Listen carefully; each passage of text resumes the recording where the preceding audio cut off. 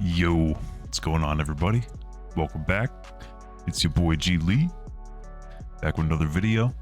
Today I'll be showing you how to get a Counter-Strike 2 dedicated server up and running, connected to the internet, so you and all your little friends can play, all in about 5 minutes. It's great for communities, because you can manage who has access to it, whether it be through password protection, or if you just want to make it like a local server between who's on your local network, you can do that too. And you have the peace of mind knowing that the server is running on great hardware and a fast, stable internet connection. So, without further ado, let's get started. First thing you're going to do, open up a internet browser. Go to steampower.com. Hit the login button on the top right. Scroll down, create an account if you don't have one. Otherwise, if you have one, install Steam. Once you install Steam, sign in. And then after you're signed into Steam, go to the library. Counter-Strike 2 should already be in your library. Install that. Once that's downloaded and installed, that should be it. You shouldn't have to run it one time. That used to be like a thing in the past with CSGO. But once it's finished downloading and installing, right click it, go to manage, and do browse local files. Then you're going to want to go to game, bin, 164, and that's where cs2.exe is going to be. First step, we're going to want to make a batch file with our commands in it. That's going to run cs2.exe. You're going to want to do one step first. Hit the Windows button and type File Explorer Options. If I can spell, that would help. Open that up, go to the View tab on the top. Scroll, you don't have to scroll down. It's this right here. This checkbox for hide extensions for known file types. You want that unchecked or off. Then you can hit OK. And then go back to your Win64 folder, right click somewhere, hit New. You could choose a text file, and then whatever you want to name the batch file, batch, and then end it with .bat. That signifies in Windows that it's a batch file. You're going to want to right click that, select edit, and this is where we start putting in stuff. This is my example here. Just use that. We want to do cs2.exe. And then add a dash dedicated that puts it into a command line interface, which saves a ton of resources. The whole point of a dedicated server is to not use up resources, so that's the most crucial one. Next is dash secure. That's for vac if you want vac on. If you want vac off, add insecure. If you have more than one server running, or you want to specify a port different than the default port, which is 27015, you add dash port and then specify it.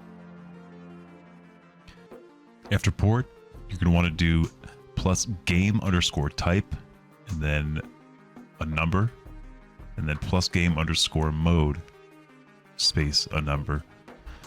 To get more details on what these mean, go to Google, type Valve game modes. Search that, and the first result from the Valve developer community for game modes, click on that.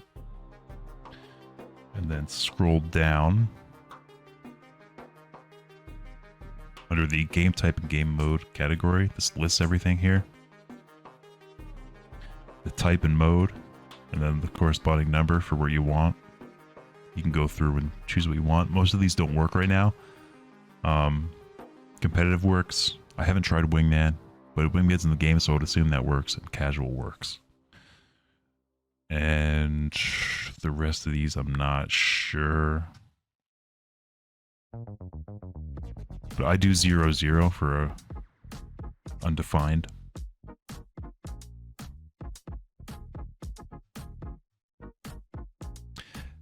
Map group, you want that. What this does is it basically replaced the map list and mapcycle commands of CSGO and put it into one thing. So this will add a vote at the end of the match to select what level's loaded next, just like in a regular official server. And you're going to want to do mg active. I think that's the only one that's working at release. Next up, you want to specify the map, plus map, and then whatever map name. You can go from this CSGO folder, go to maps, and then these are all the maps here. You would just include the part before the dot. So CS Italy, CS Office, D Ancient, etc. Archon address, you'll specify your IP and then a port that you want Archon commands to go over or to communicate through. Archon doesn't work right now. It's busted. I've like spent a good hour messing with it. So don't even worry about this for now. But if you set that up now, it'll work eventually. And then finally, you want the host name. And then in quotations, the name of your server. You don't need quotes if you don't have a space, but basically every server name has at least one space in it. So wrap it in quotes.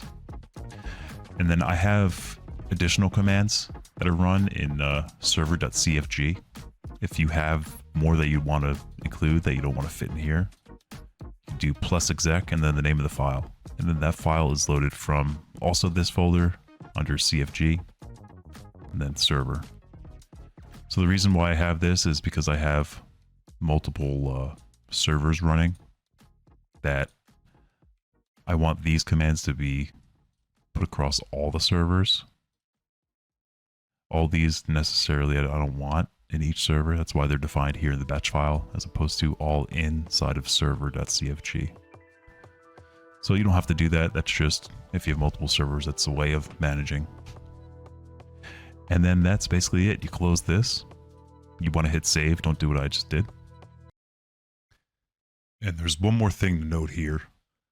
Before you start the server, go to your config folder, game CSGO config, and based on what game mode and game type you've selected for your server. So if you're 0-0, it's casual, and what 0-1 for competitive. Just refer to that list that we were just looking at. You're going to want to, if you're changing the default values, you can do so, open it up, edit it, change it to whatever you want. And then the important part, go to properties, right click it, and make it read only and hit apply or OK, either one. And you want that to be read only if you've made changes to the file. Otherwise, every time there's an update, this file will get replaced with the default values, and you don't want to have to set that every time there's an update. That's a pain in the ass. And then you run the batch file. And then it'll load up CS2. And then the last line is this purple text, host activate, loading, and then the level name. And then that's it. The server's loaded. You can you like say hi, and then you'll get a response if the server's at hi. You can type status. And if you do that, it will list the IP, and it'll also list the public IP. You'll want to share that with people to connect. And you want to take note of the port. You're going to want to forward that port through your firewall if you're behind a router, which you probably are. So you have to log into your router, go to port forwarding, and add the TCP and UDP port of the port specified for the server. So for me, my case, I have 27015. But I know for CSGO, they recommended you basically forward 27,000 through 27,020, I think, if I remember correctly, because the community server browser would communicate through those lower number ports. So, but that still isn't even really fully implemented yet after release, so you don't really have to worry about that either. There were also commands to set your Steam account. You don't have to worry about that either. That's irrelevant in CS2. One thing, if you want to add a password to your server, you just do in the beginning, of the batch file, or anywhere in the batch file. You want to add plus sv password and then the password, whatever you want it to be, and then share that with whoever you want to connect to the server. And that's basically it. We are at 10 minutes, so I guess I lied about the whole 5-minute thing. But anyway, thanks for watching. If you enjoyed this video, found my little guide here useful, hit that subscribe button to see more content. If you hit the bell, you'll be notified for when I drop new content or when I go live. I like to stream mainly CS2 a couple times a week, just playing in competitive or Premier. Just like to have fun, chill, relax, play with the community for a bit. I have some custom servers of my own that I play with the community, so if you're interested in that, join the Discord for more details. You can visit my website, gelite.net. That's g1337.net. You can see that's down here in the bottom right-hand corner of your screen. That's got links to all my stuff, and I have some guides there for Diablo 4. I'm going to put some Counter-Strike guides in there. I'm going to write up something for the server here, so look for that. Also, links for the Discord and donating if you want to. That's all there. Anyway, thanks for watching. I'll see you next time. Peace.